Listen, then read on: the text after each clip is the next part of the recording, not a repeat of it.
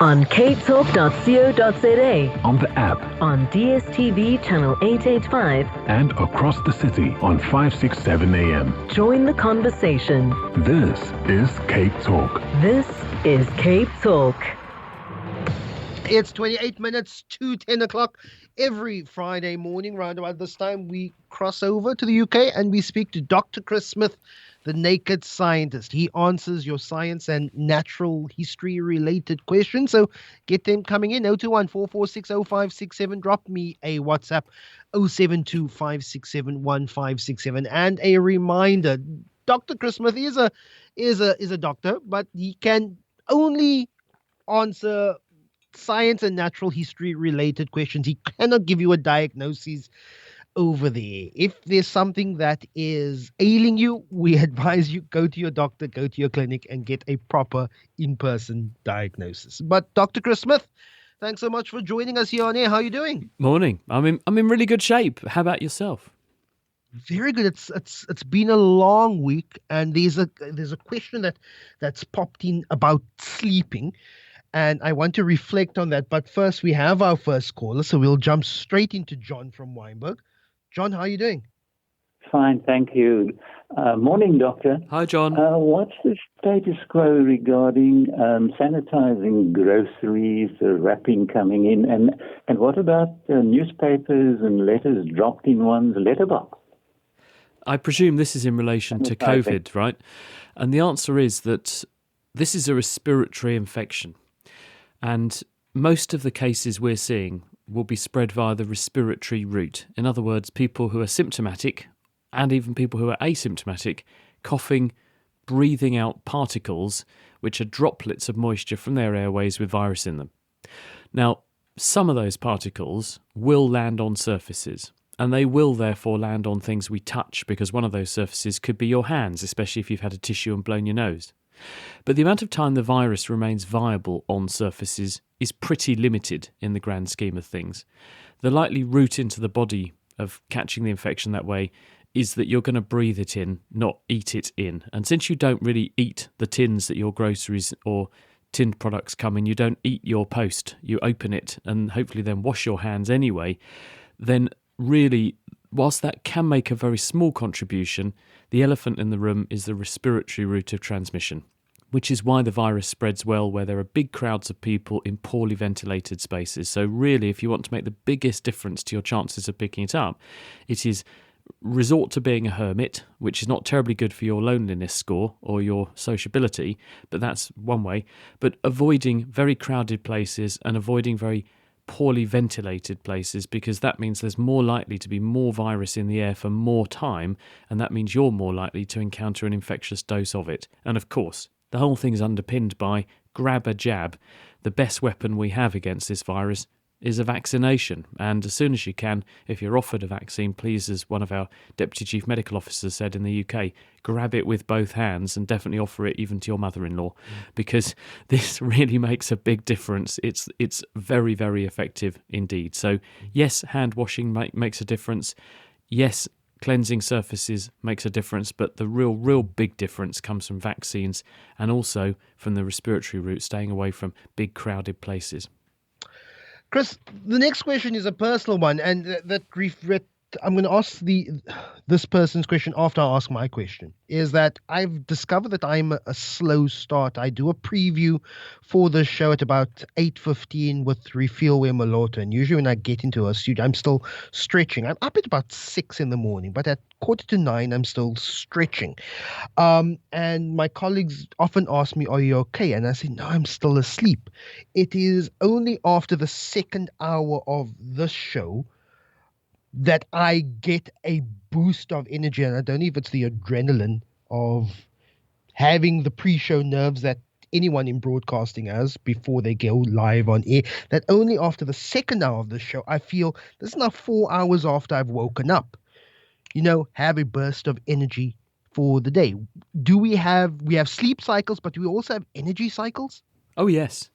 And your body is very finely tuned, and not just yours, but as in the human body, our physiology, it's really finely tuned to what we need to be doing at whatever time.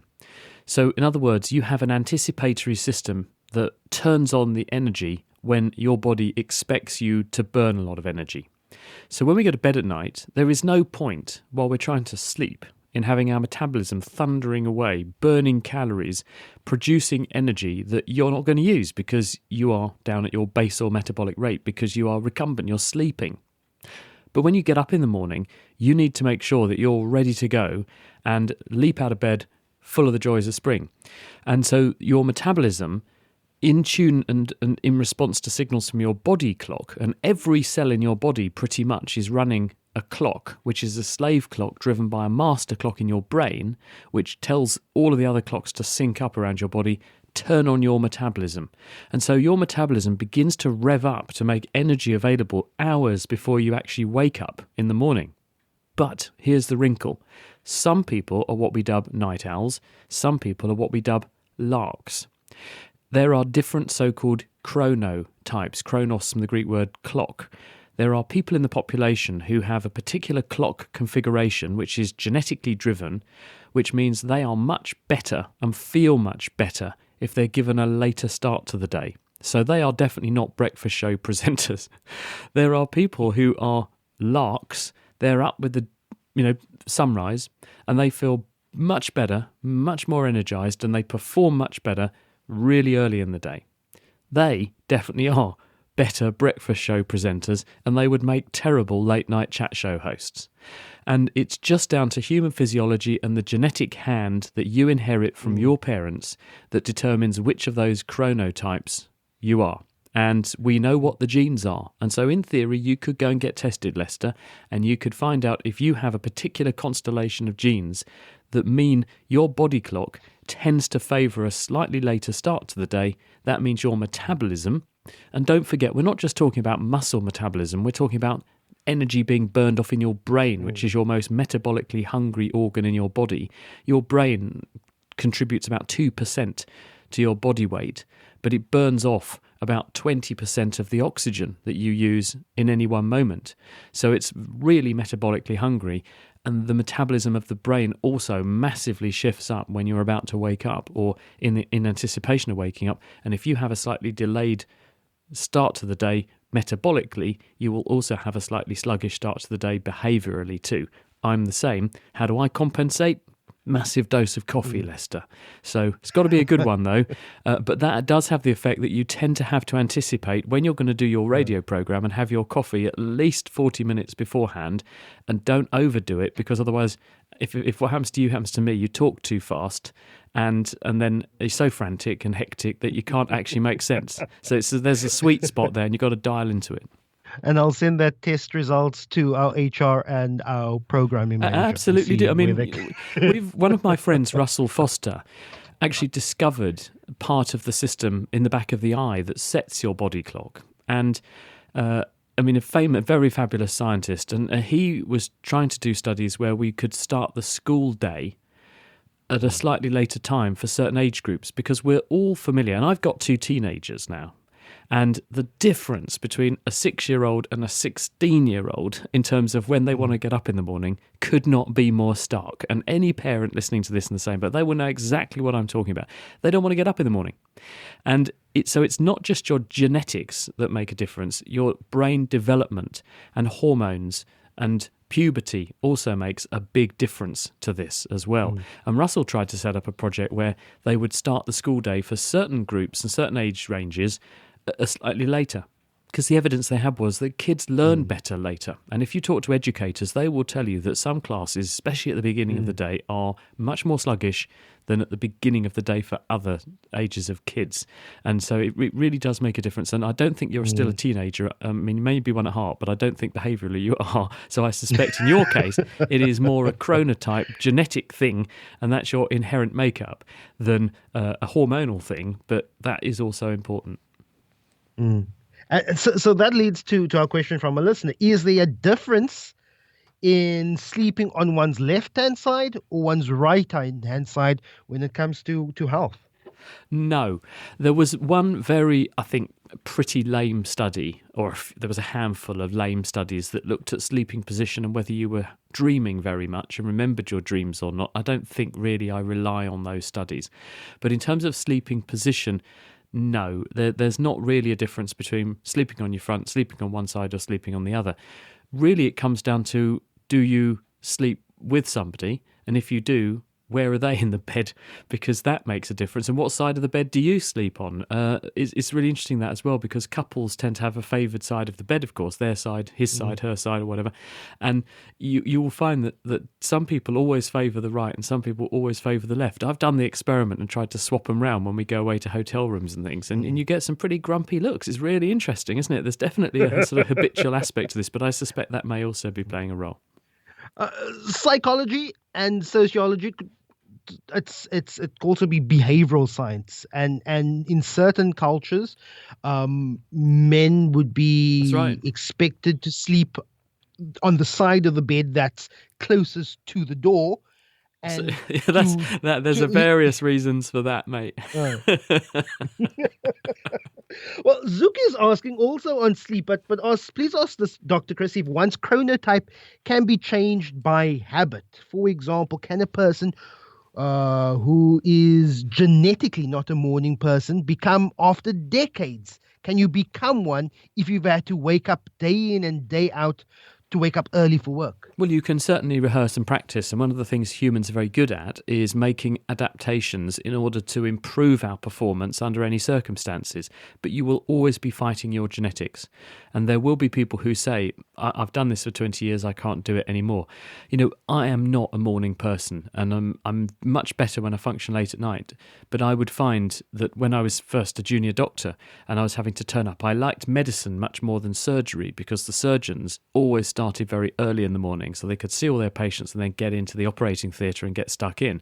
Whereas the medics would just start a bit later and then just prowl around their patients all day and then do clinics and things.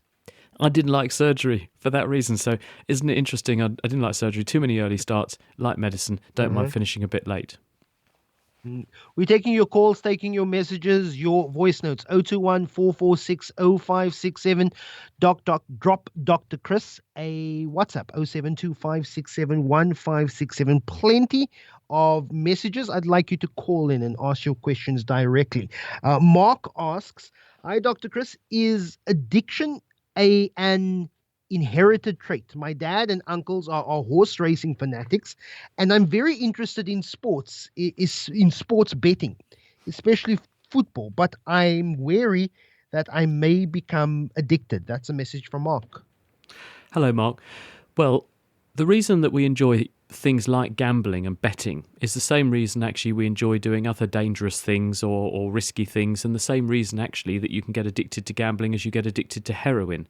It hinges on a chemical in the brain called dopamine. There's a population of nerve cells in a particular region of the brain that produce the nerve chemical dopamine, and when they produce it, it produces surges of pleasure and a sensation of reward. And the reason it does that is because there are other nerve cells that have on their surfaces receptors. These are chemical docking stations that can detect the presence of the dopamine. So given that knowledge, researchers have gone and asked, are there any differences in the brains of people who become addicted to things? They have a so-called addictive personality, and either the dopamine producing nerve cells or the nerve cells that are sensitive to this dopamine reward signal. And there's some evidence that there are people who have particular configurations of dopamine receptors in their brains. Perhaps they have higher levels of them, perhaps their receptors work a bit better, or perhaps they produce a bit more dopamine. And there are also other circuits involving chemicals like acetylcholine, which have been linked to addiction. So there do appear to be some people who do have particular genetic configurations that make them more likely to become addicted to things. But that only manifests if obviously they have the opportunity to experience the thing to which they can become addicted. So for instance, if you had a gene that meant you were more likely to become, say, alcohol dependent, then you would be absolutely fine with that gene if you never touched a drop of alcohol in your life because you didn't know it existed. And it's the same with all these things, that there will be people who have these genes but never do the thing that they could then become addicted to, so it's never manifest. There are other people who are exposed to those things. They do have that particular predisposition, and so it does then become a problem for them. So it's quite difficult to disentangle really nature from nurture, but we do think that there is at least a contribution to this of genetics. Message here on the WhatsApp line. Why can't you walk in a straight line if you close your eyes? Well, have I tried that before? I won't I'll try tell it you now. an interesting story, because when I got engaged, and it's actually 20 years this year since I asked my now wife to marry me, so you can guess the answer to the question. But when I did that was almost 20 years ago, because I was in Kyoto in Japan, and I went to the Kiyomizu Temple in Japan, and I'd read that there are these two stones which are a big long distance apart, and if a couple hold hands and walk with their eyes closed between these two stones, which are obviously, it's a straight line between 2 points, isn't it? If they get there and reach the other stone, then they will be lucky in love. And I thought this would be perfect for popping the question. And so I said, oh, shall we try this then? And my girlfriend of the time said, oh, okay. And so we started sort of walking things. And of course, I had one eye open, just a little bit, just to make sure I steered us the right way. And of course, we got to the other end and arrived unerringly at this other rock. And I said, well, that's it then. I've got to ask you something then. And she said, what's that? And that was when I got the answer, yes. The answer to this is that you do have excellent guidance systems, and anyone who is blind will demonstrate brilliantly that with practice, again, it's another example of a human endeavour and practicing, you become really very good at relying on the senses that you do have and our guidance systems, because we know where every part of our body is in three-dimensional space. We have signals coming from our muscles, signals coming from our joints and tendons, you have signals from your skin, so you can read all of those signals and integrate them with other signals like the sounds which are coming off the nearby wall. Blind people do all of this to work out where they are and keep themselves on the straight and narrow. We seeing people, on the other hand, we have one massive dominant sense that we use a third of our brain to decode, and that's what's going into our eyes. So given that everything else is a smaller contribution and requires more thought and effort, it's much easier to rely on your eyes because that's what you've become very practiced at doing. It's a bit like you go in your car and you've got a GPS. Well, you don't have to learn the way if you've got a GPS, because you just dial in where you want to go and blindly follow what the GPS tells you, even if it's a longer route, you just follow it anyway. You've got an easier mechanism for finding your way from A to B without much thought. And it's the same with our visual system.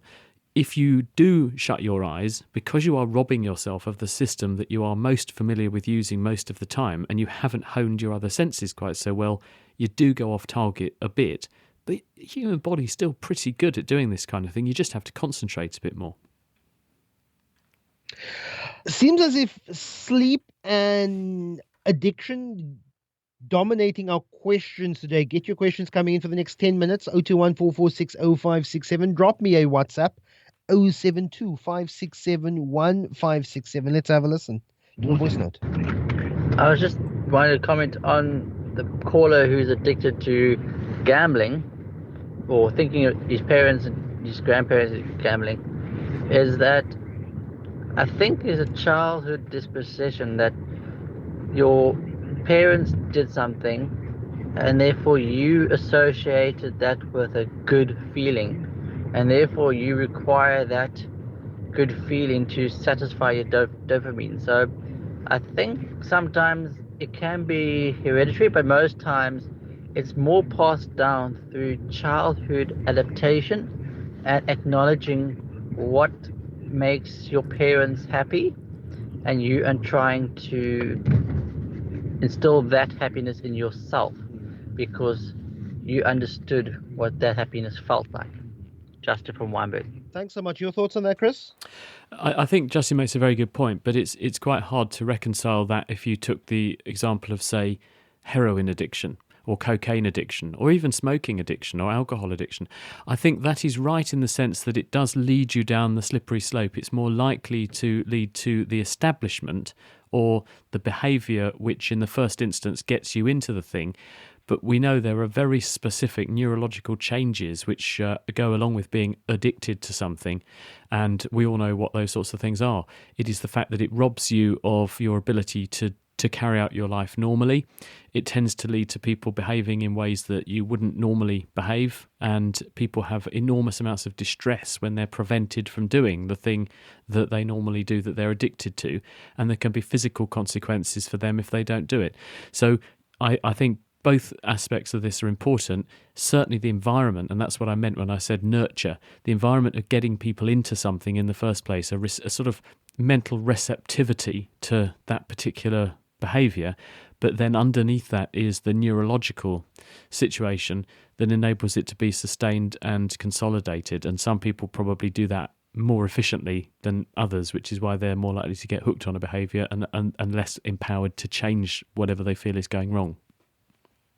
Relating to addiction, maybe this person asks, might be a sensitive question for on air, but some people say that porn has a negative impact. Others say that it has a negative impact on the mind and heart. What's the science behind the danger of porn? It's making a statement that there is a danger there already, but let's look at the issues on human psychology and maybe even impact on behavior. Chris, is there any science behind issues around porn, research that has been done? People are looking at this, yes, because obviously what has really transformed in the last 20 years is access. Because with the internet, if you ask people who run the internet backbone that funnels all the traffic around the world, what fraction of your content is porn, you will find that a very significant, like not single figures of percent, but tens of percent of internet traffic is pornography. So in other words, there's a massive demand for it, but where previously people might not have been able to access that kind of material, they now can in much greater amounts and for longer and whenever they want. And this means that there might be some element of super serving for some people. So where previously they might have indulged in, I don't know, a magazine or perhaps a video, they had one magazine and one video and one opportunity to watch it or read it and occasionally had a look at it. Now people are delving into porn much more often because it is literally there and available. So there is an availability issue. There's also the issue of what is shown in some of these things, because the thing about the internet, in the same way that Twitter will introduce you and Facebook and all these other social media platforms to wild and wacky people who think that the 5G network caused coronavirus, which is absolute rubbish, but it will go and find people who agree with you that that was the case. Porn will contain things in there which are very much off the end of the normal distribution of normality. Let's put it like that. There will be very weird and wayward behaviours towards each other, behaviours towards animals even. And as a result of that, it can normalise that sort of behaviour and lead people to think that, oh, they're doing it, so it must be normal, so that's what we should do. And it can lead to a distortion in people's perception of what is normal. This can include perception of what is normal for your body shape, your partner's body shape, the way your body should work, how big bits of it should be. And this, in turn, can lead to people having mental problems because they then think, well, I don't look like that, and they all look like that, so I must be the weird one. And as a result of that, people then end up with performance anxieties and that kind of thing because they don't feel they can meet the expectations of their expectations of what normal now is. And at the same time, it's also eroding people's enjoyment of each other, because if rather than having your partner to spend time with, you are spending time with a computer screen, you're not actually indulging in quality time that has other benefits that you won't get from your computer screen, such as that bonding experience, the conversations that you have, and the love for each other. So I think the bottom line is that this is not inherently a bad thing if you know porn and that kind of thing, in measured doses for some people if it's part of a healthy lifestyle. But when it becomes a non-healthy lifestyle where it's dominating your time, it's affecting your relationship. And that's the question to ask. Is it affecting the way that you behave? Are you making changes to your lifestyle and your relationship to accommodate this? And if you are, that's probably a sign that it's time to maybe back off and don't do that and change your behavior, because it may be harming your ability really to enjoy your life and enjoy your sex life. The question that's something that just informs me now. Dopamine is used with Parkinson's patients. Does this mean that these patients lose the capabilities of enjoyment as the disease progresses, especially if their dopamine medication is not correct? Asks this person. That person asks a very perceptive question, and the answer is that the addiction circuits are slightly removed from the movement facilitating circuits. Dopamine being robbed from the brains of Parkinson's patients chiefly manifests, at least in the early stages of the disease, as a movement disorder, with people suffering the inability from time to time to initiate movement. But other things like mental illnesses, which are treated with dopamine blocking drugs rather than dopamine facilitatory drugs like Parkinson's disease, they also may find that they lose the ability to enjoy things. But chiefly Parkinson's is a disorder of movement, at least in the first initial stages of the disorder. Chris, our final question for the morning, and I really enjoy this one. I'm a person who, if I could find myself pretty easily around a new city, I look for either man-made or geographical markers. I kind of know where north, west, south, and east is. So put me in a new city, I could probably give myself a lay of the land because I'm using these markers. But this person says, it's a statement which I want to turn into a question. It sucks that Google Maps is weakening our internal GPS.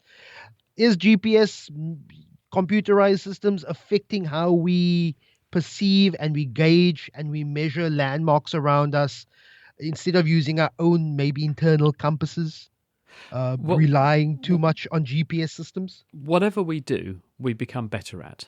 The more you practice doing something, the better you get at it. So if you detune yourself, you will therefore decondition a particular performance. So if you and your life depends on finding your way around, your job depends on getting from A to B quickly and efficiently, you'll become very good at doing that. The Maguire study looking at taxi drivers in London showed that they increased the size of their hippocampus, which is your navigational part of your brain, very significantly when they learned all the streets of London. So it's a question of if you exercise that brain muscle, it will get bigger. Similarly, if you remove that aspect from your behaviour, then your brain doesn't actually maintain something it doesn't need. It's a question of use it or lose it. So you will shrink that part of your brain, and as a result, you would potentially lose your navigational ability and knowledge until you decided to bulk it up again because you're relying on a computer to do the thinking for you. And it's true of any aspect of behaviour.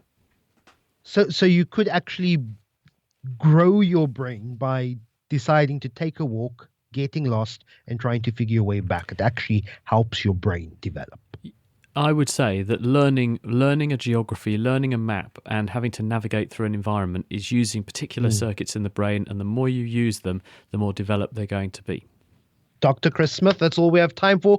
I won't be here for the next 2 weeks, but I'll see you on the other side of December. I hope you have a good weekend. I will miss you. Cheers, Chris. See you soon. Bye-bye, Lester.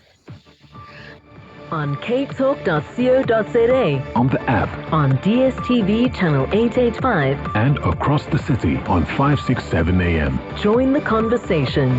This is Cape Talk.